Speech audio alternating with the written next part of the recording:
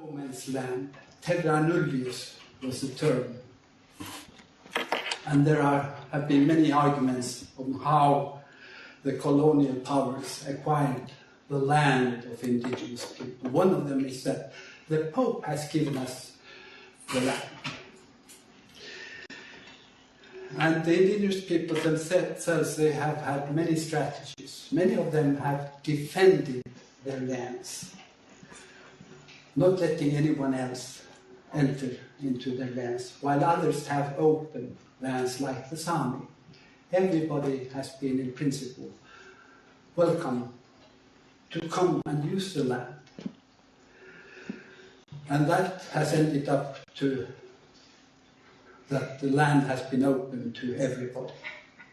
And today, fishing and farming doesn't have the value it had once in Sami land. So the dominating way of using the land is the use of the reindeer herding. And that is also the situation in Finnmark, where I come from, and that is in the northern part of Sami land in green here. But we have started an identification process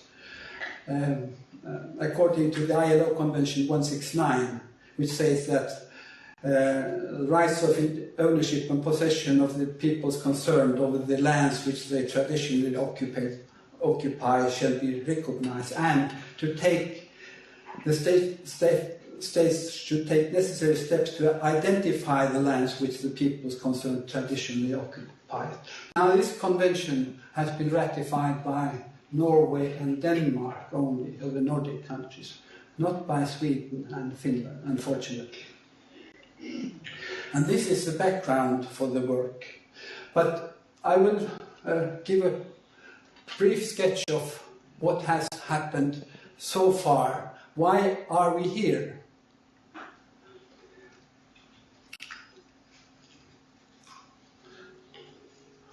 Hvordan trycker man på den här? På pilarna. Runt den gröna cirkeln i mitten. Jaha. Ja, det var inte så lätt. The Sami area was originally divided into units known as Sida. Yes, there were. As illustrated here, and within the Sida there was common use of the land, under the auspices of the leadership of the Sida. And the Sida disposed the land and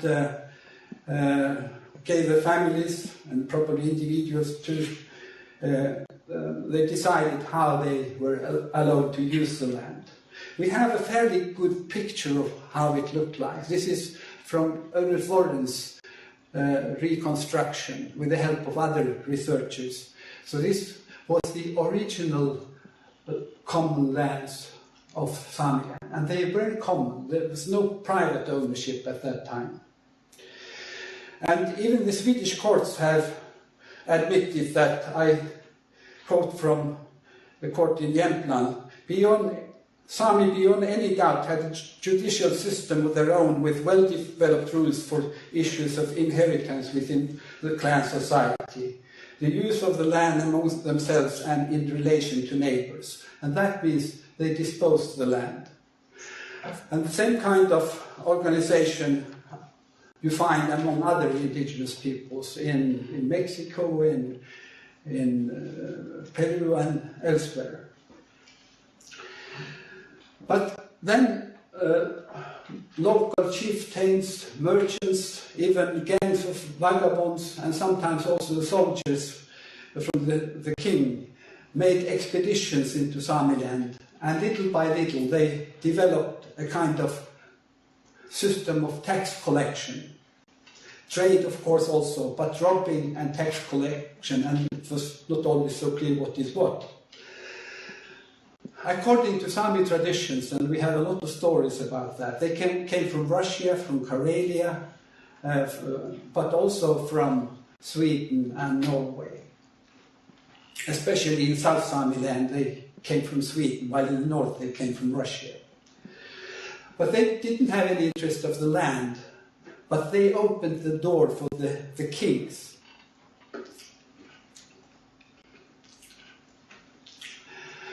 And this is really how it all started. It was Sweden, of the Nordic states, that was the first to impose itself upon the north with the intention of taking control over the land. And this is a quotation from the famous Gustav Vasa, the father of the Swedish state, from 1542, that such land as is unsettled belongs to God, ourselves, and the Swedish crown, and none other. But he emphasized at the same time that hunting rights of the Sami were to be respected unconditionally. And in the protection letter from his sons, Johan III, I quote, "Their property which is theirs of old and by rights sanctioned by use of centuries." So he recognized the right and the ownership of the land of the Sami. Little by little this was organized from 1602 from Karl IX. He called himself the king of the Sami, or the Lapps at that time. And the Samis paid tax with valuable furs, which was very important at that time. And the taxed Laplands were confirmed by local courts locally, where Sami at that time, especially in the north, still had the majority. So it all started with the Sami land and the way it was organized there. So the Sida acted as the owner of the rights of the land, and the Sida system was used as a foundation for settling the taxes, and so in a way to take over the land little by little. And the tax-paying Lapp had the same rights to his land as a tax-paying farmer in the south. And still in 1683, King Karl XI, he is famous for organizing or taking care of the common man. This map shows the organization of the Lappmarker, initiated by Karl IX. And Karl XI said that the property of the Lapps they were not to lose it, nor could they afford to be deprived of it. So still, at that time, things were like it had been from old. Then a common tax was established for the Sami Sidas as a whole. But then, in the 18th century, there was a very strong, intensified colonization of the Norrland inland, that is from here to north. And now the land was in focus, not the tax income anymore. And the pressure was enormous against the Sami Sidas and the Sami tax land. Also, the reindeer herds increased at this time, and there was developed a kind of a parallel theory that the Samis can use their land with reindeer herding, while the farmers can use the land in their way by cultivating the land. But of course, the farmers also needed hunting and fishing in addition. And that started the physical takeover. But still in 1751, when the famous Lapp Codicil was decided, there was a reference to old Sami rights. Another thing with the reindeer herding development was that the old Sida system was disintegrated or reorganized. And this is a picture of how it happened from the Norwegian side. A sea Sami coast Sida and an inland Sida. The same thing happened there. They started to use the land neighboring to each other. They needed both the coastal zone and the inland zone. And that was the way the migration system was developed both in Norway and in Sweden. The 19th century, in the 19th century, then the local courts lost their power. It already started in the 18th century by transferring the authority to decide on the tax lands from the local level to county level. And that was the first step away from local administrative management of land. And this continued in the 19th century with colonization and partitioning of land, the so-called avvittring, as is said in Swedish. That meant that the state gave away old Sami land, and they had all totally forgotten how it started. And with the Reindeer Racing Act in 1886, all this was settled formally. Then everybody had forgotten, especially from the state side, about how the old Sami rights had been from old times. Now, the Sami rights were wholly in the hands of the county administration board, like the one in, for example, in Västerbotten and Norrbotten. It wasn't quite like that at that time, with the same powers, but in principle, the principle was the same. And little has happened since then in Sweden. The situation is still the same. Now the Sveaskog and the Statens Fastighetsverk, there are two state companies, they administer the land. So this is what happened from local level to county level and then to state level in the 19th century. And this is an illustration how Sami interests were handled at that time, from the 18th century to the 19th century. This is Lundmark's illustration. I think it's a good picture. And his conclusion is, like this title says, Stulet land, a stolen land. And he has a very good description of this. So those interested in details may read this book. They also tried to demarcate the Sami land with the so-called Lapland border in 1751 and the so-called cultivation border in the end of the 19th century. And it has had some effect, but at the same time it has also created problems for the reindeer herding seeders. They are safe on the left side of the border, but the problems are on the right side because they have lost much of the land to the farmers. And there is the reason to the court cases. And the first one was in this is a reindeer herding system in Sweden. And you see they need the land to the coast. And in 1966, this court case started, the Tax Mountain case ending in 81, and the Samis lost. And there have been several court cases since then. These are the two most famous. The Tax Mountain case lost. There are other cases lost. I can't go into the details. And the Nordmaling court case from a few years back is not so far away from here. And fortunately enough, the Samis won that case, which was very important at that time. So this is the situation in Sweden today.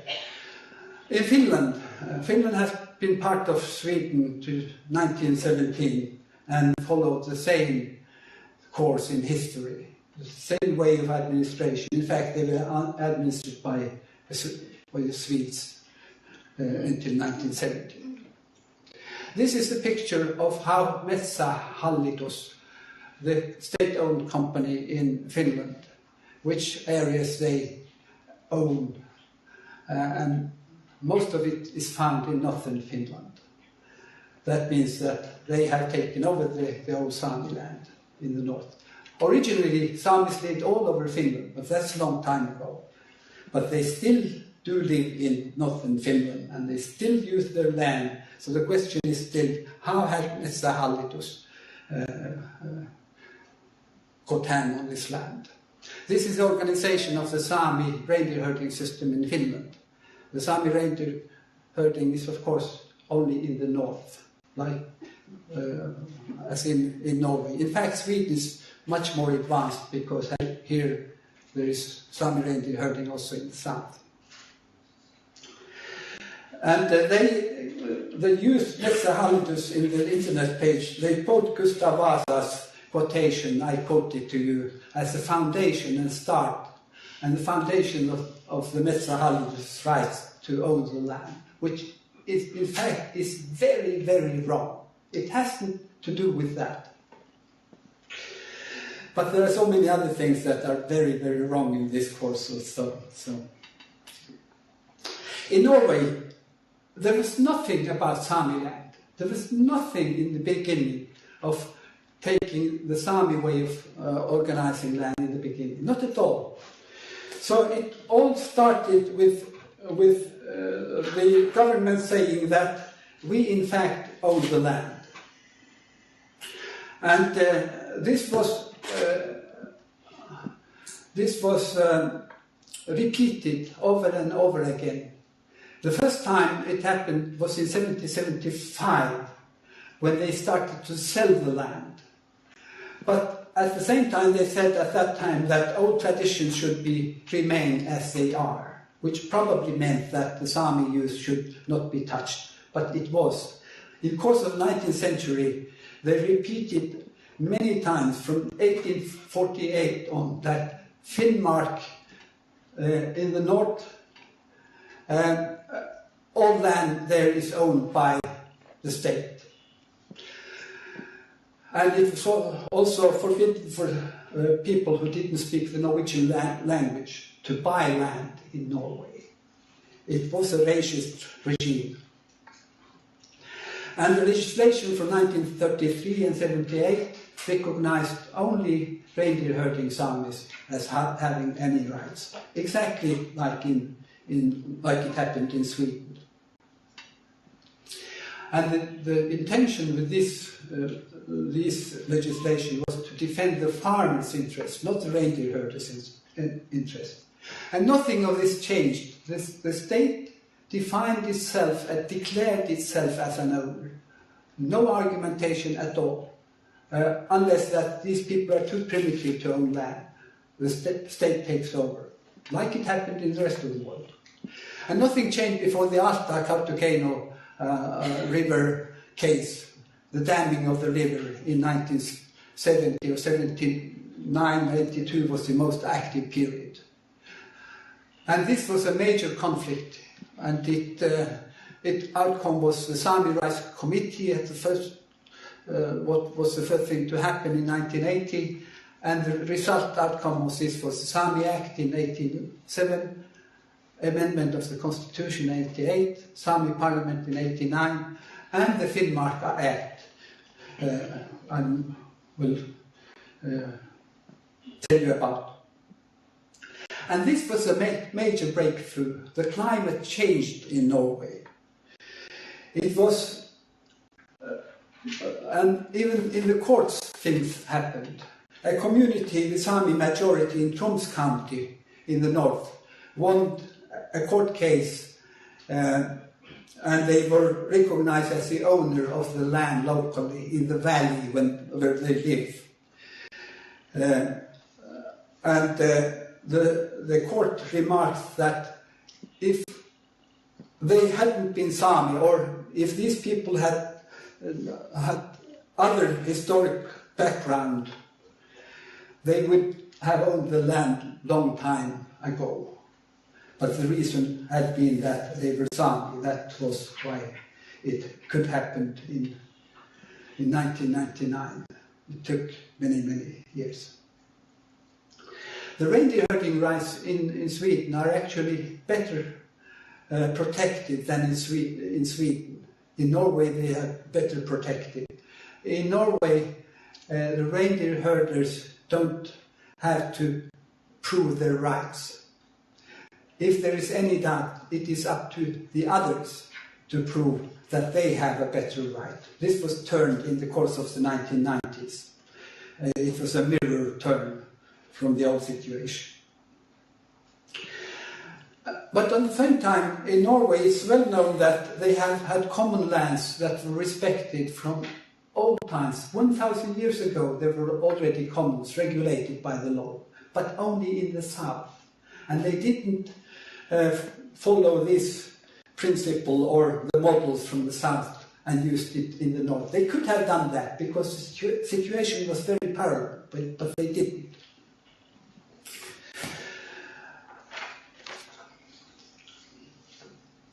The Finnmark Act then was adopted in 2005, and the Act involves the transfer of approximately 95% of the area of the Finnmark, that is the northernmost county in Norway. And it's based on the principle that the Sami people, through traditional use of land and water from long time back, from times immemorial, as it said, have acquired individual and collective ownership and right to use the lands and waters in Finnmark. That is in the first article of the Act. And the Act is a compromise between the old Sami rights and the rights of the population in Finnmark, the non-Sami population in Finnmark, and their rights to use the land. It was, of course, impossible to accept that only the Samis had the right, or only the non-Samis had the rights. So we had to make a compromise. I know this, I was very active in the process. And all inhabitants in Finnmark, in principle, have the same right. But when it comes to dispose land, you have to read the Article 1 over and over again and remember why we have this Act.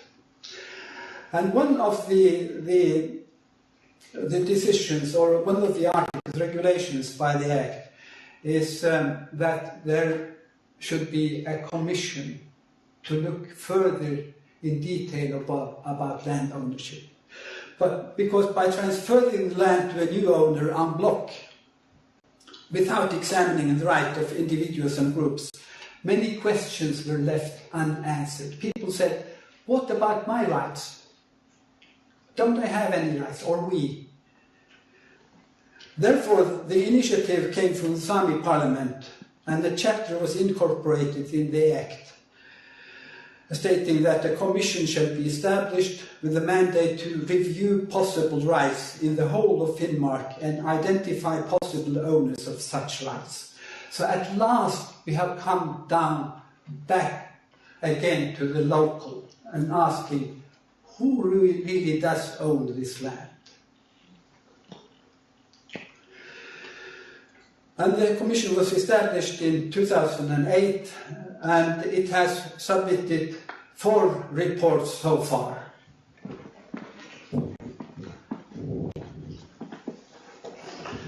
This is how they look like.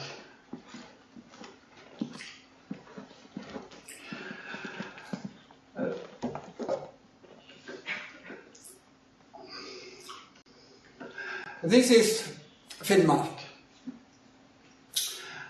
3-4 of the areas, or the fields, number 1, 2, 3, and 5. These are the reports about these fields. We are working with number 6 and number 4, and we will proceed according to a plan for many years ahead, at least 10 more years. And we invite people to make claims, report to us what they expect and which kind of rights they claim. I will jump directly to some of the results so far. The Finnmark estate is recognized as the main owner of the land in all the areas we have decided so far. In Field 1, the Commission has upheld a claim from an individual to a small piece of land, but no more privatization than that. In 3 fields, in 1, 2 and 5, reindeer herders had claimed that they are the rightful owners of the land in the island of Stjärna, and all uncultivated land in Umeå, in Näsby, in the east, the number 2, and also in Vatsö and Vartu communities.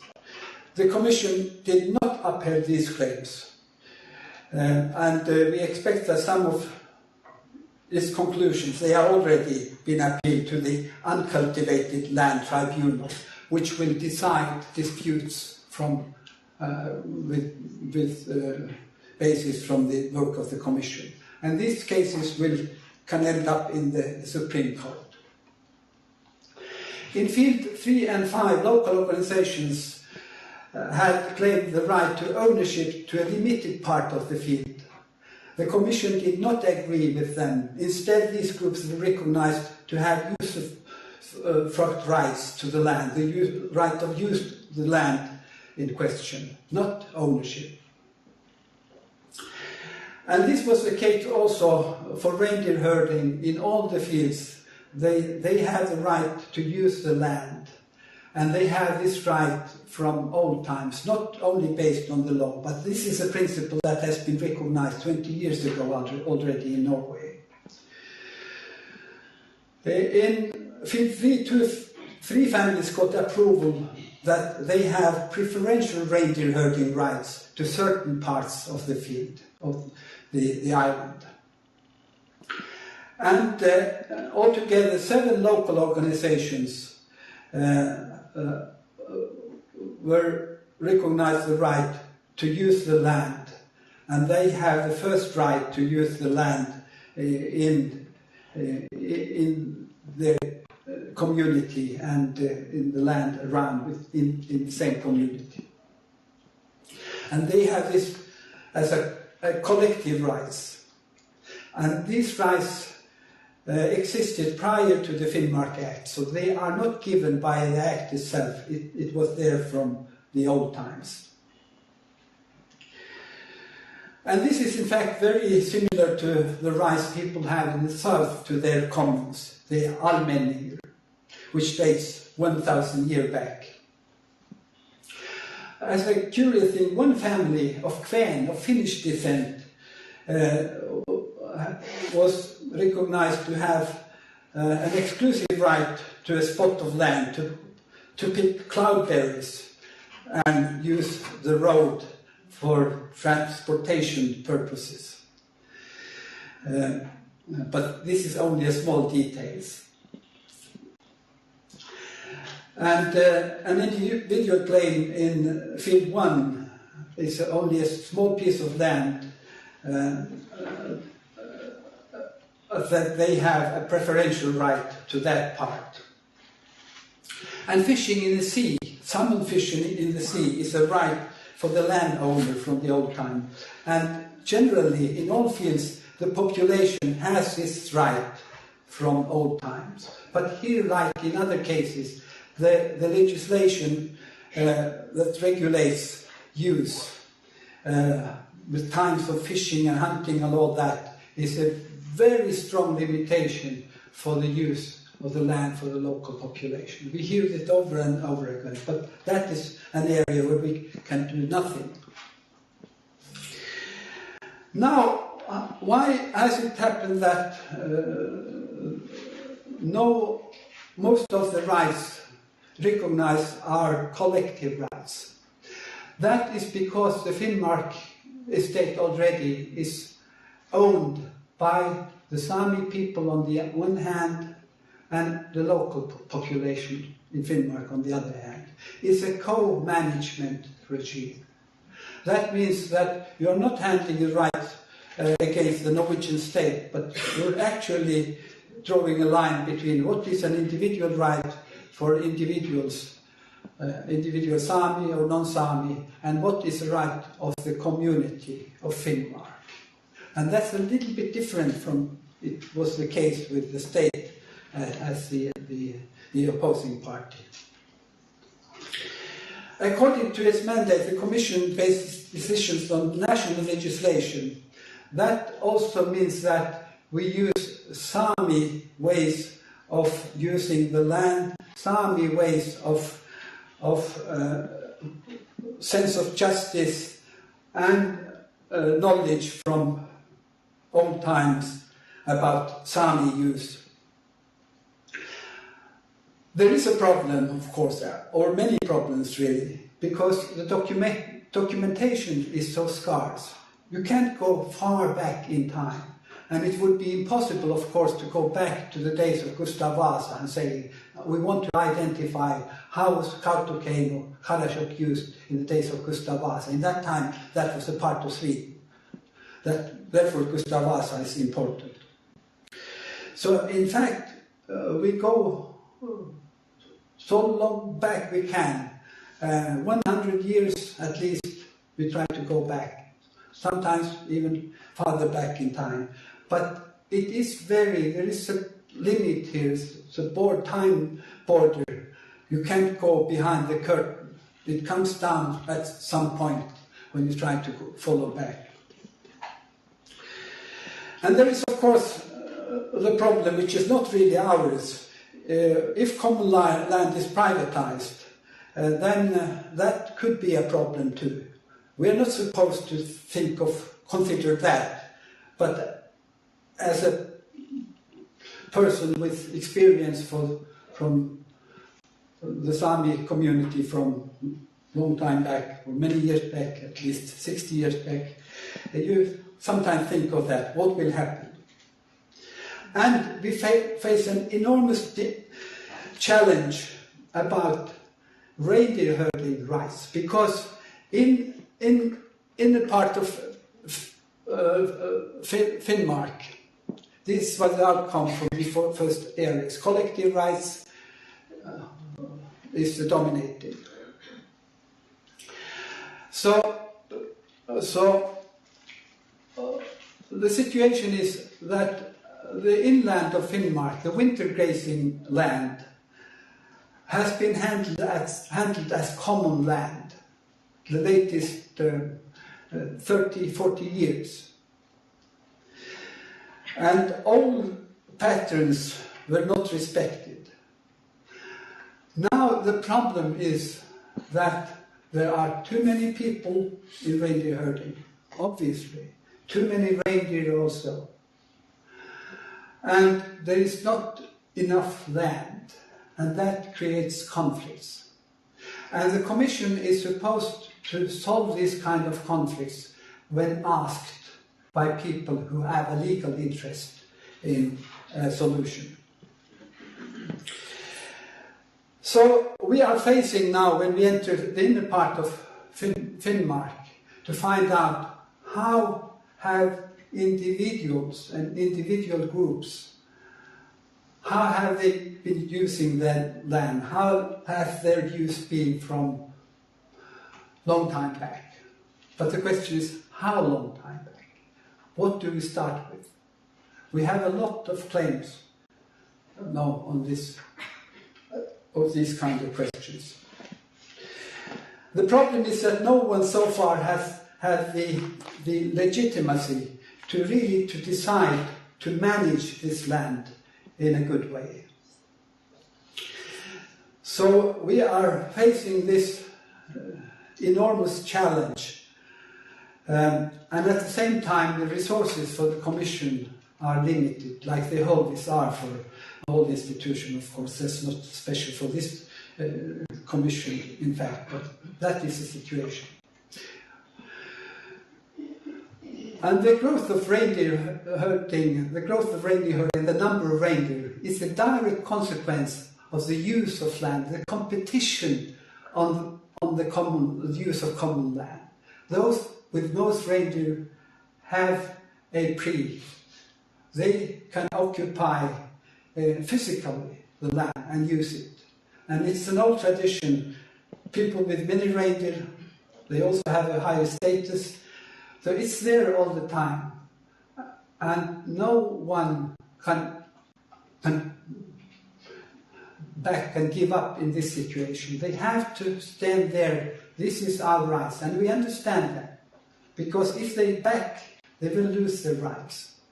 So reindeer is best criterion for possessing or controlling the land, at least when it comes to the right of use. And Sami reindeer herders are surprisingly similar to other people when it comes to economy and that kind of things. And that's, of course, what we expect. It's not possible to establish the old Sami rights from the days of Gustav Vasa. That is impossible, because we don't know how it really was. And as I have sketched, then that's the reason why I did this exercise, to see what has happened from the local Sami use, reindeer herding use, several groups, borders, and all this has created a kind of chaos. Not a cosmos, that would be an ordered system, chaos. At least in the inner part of Finnmark, when it comes to reindeer herding. And this is what we are trying to do. This is a job that should have been done long time ago. It hasn't been, because nobody cared. So, Norway has taken at least these things seriously. We have this convention. Sweden hasn't done that. So there are striking differences between Norway and Sweden. I don't say this because I come from Norway. I also have interest in Sweden. My wife comes from Jämtland. We have reindeer herding there too. My father comes from Finland. I have 3 brothers in the reindeer herding in Finland. And now there are new challenges. What will happen next? This is the commercial from the Finnish side. Lapland, our heart is gold and other minerals. And we see what happens in Sweden, what happens in Norway, in my community, Kotakeino, what happens in Finland.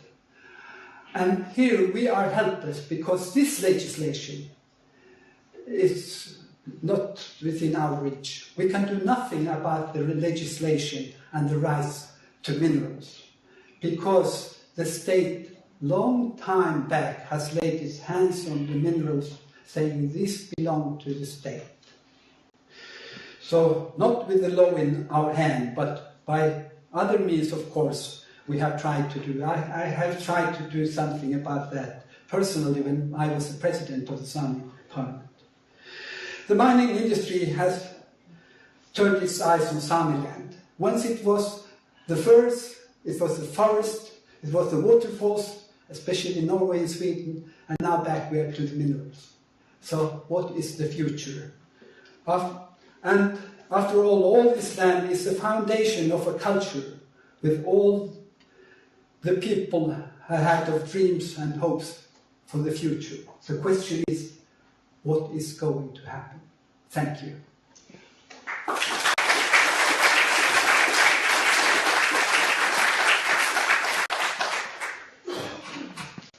So we have time for a question or two.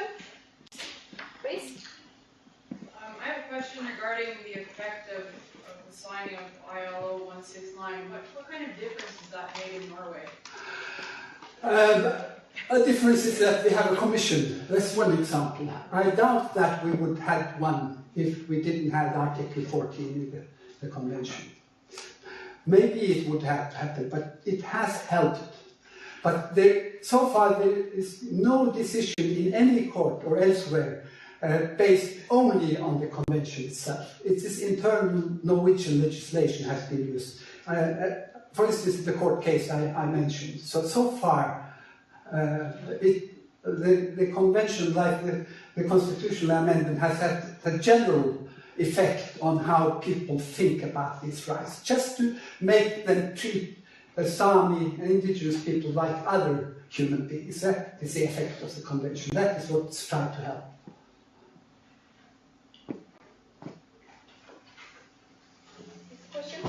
Yes, I'm Konrad Hagedal, Humboldt University, Berlin. I have a special question regarding the points of time in history. You have gone back for defining the Sami's rights. because meanwhile rights have been given to other users of land, and often it is unfair to take them away again. If you compare it with other countries, for example, take Poland. Poland in history, in parts, has belonged to other powers like Germans, Russians, the Austrian monarchy, and so on. What time in history do you take for designing property rights? For example, after World War II, Germany called the territories in East Germany the lost territories. The Polish called them the regained territories. So how did you solve this, or how think you can such conflicts be solved in your case? Thank you for pointing the problem very clearly. We are very aware of this. And of course, we cannot intend to take back, as I said, we cannot go back to year zero and say we go back. It's impossible, because we really don't know how it was at that time. So we have to make a compromise in some way, but taking into account that there are old rights that people have. And my point is, Sweden and Finland, and not even Norway, has taken quite well in account that these are old rights. They've continued. What at least I ask, stop and rethink things. Don't go into, after 10 years we have a problem with new lands. They give them away and we can have them back. But if we started in 80 and say, stop now and don't give away more of the land. We need it to use as a foundation for our people. But they go on and go on. So we are not asking to turn the whole history back. We can't do that. We are aware of that. But we do hope that they will take responsibility and say, there is an old right, we have to be aware of that every time and in every decision taken, what has impact of the land of the sons and their way of using the land. That is what this is all about, not to go back. In that case, the Palestinians could go back before the Jews came into their land and all that. We know all these complicated kind of histories. Yes? Yes, related to that question, I was wondering about the Sami in the Russian Federation. Because first you mentioned them, and now afterwards, are there any groups who identify themselves as Sami? Do you have any contact with them, and what about their rights? Of course we have contact with the Sami Council, and there are people here who could answer this more updated than I'm able to do. But of course we have had this cooperation for many years now. And you see the problem, because nothing has happened in Russia really. So I can't even draw you a map and say what is the problem, because they've never had any kind of response. Things continue like nothing has happened. But of course there is an enormous problem, and they are a tiny little minority now in the Kola Peninsula. 1 million other people come in, and they're just a few thousand. So it's there, and they really need attention, and they really need to take into account that this is old Sami land. It was first recognized by the Tsar as the old Sami land, but it's all forgotten. There's another question? I'm curious also about next goods that can be used by the majority of society. That could possibly be tourism and cultural industries. Do you have any... What do you mean? I mean, for touring, since even the 19th century, of course, there have been touring companies, but if this starts on a larger scale, so helicopters and airplanes and... I mean, do you foresee any conflicts in that area? Look to Finland. Yeah. You have it almost all there already for many years. And they use the picture of a lap, a Sami, to have tourists come into Finland. They even play roles. I'm an old lap, dirt in my face and all of that. Not good at all. But of course there is a potential, and the Sami, we have ourselves been working with tourism to make it sensible to show people the land without destroying the land. And that is a very good thing, because people will learn about how the conditions are.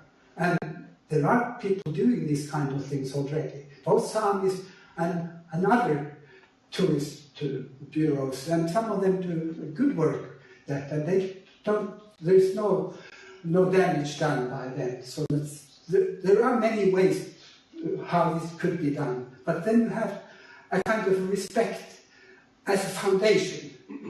You need to know where you can go and where you can't.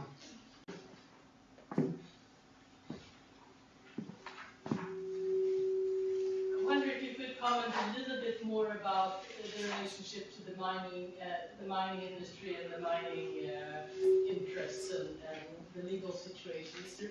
Do you have any way of going forward to get your rights there? No, in fact not, because in the legislation, and this is a long tradition in Europe, from the old times, when the industrialization started, that the rights to the minerals were kept by the crown, the king. And it's still there. And even the ILO Convention, Article 15 says that in the cases where the state keeps the rights to the minerals, even then. But there is an opening. And our claim from the Sami Parliament, I was its president for 8 years, he said that this land is ours, and it really is in the inner part of Finnmark, probably. Now I must be very cautious because I'm in the commission, but at that time was a statement. I'm quoting what he said, not what I say today. And that also includes the minerals. That is the principle, and should be the principle. Why should something in the ground be owned by someone else when the ground is owned by a community or individual or whatever? The owner should really own all what is there in the ground. But we're helpless. We don't have. They have improved the legislation in Norway a little bit, but only when it comes to information. They say now you have to tell the Samis before you dig. And it wasn't there in 1994 when I went out with Rio Tinto saying to make them stop their drilling. There was no such thing. We suddenly saw there was a drilling going on. No one knew why, who. That's a little bit better. And now the Sami Parliament has tried to make agreements, have contact with them. But even that is not easy, because the Sami Parliament doesn't really have a foundation, a legal foundation, to be a strong actor in this. So it's a very dangerous territory. One last question up there. Yes, I just wanted to follow up on that very quickly. Have you, the Sami Parliament, looked at Canada in the case of mining? I think there are some interesting precedents there, especially given the fact that also in Canada, treaty rights. Oh yes, we have said look to Canada. We have had delegations when the Sami Act was prepared. People from the Norwegian Parliament and the Sami Parliament went over there. And it all started with Berger's report from a long time back, with the oil pipelines and all that. So we're aware of it, and there are many good examples from Canada. So we play the game. We say, look to Canada, and when things go bad in Canada, they say, look to Norway.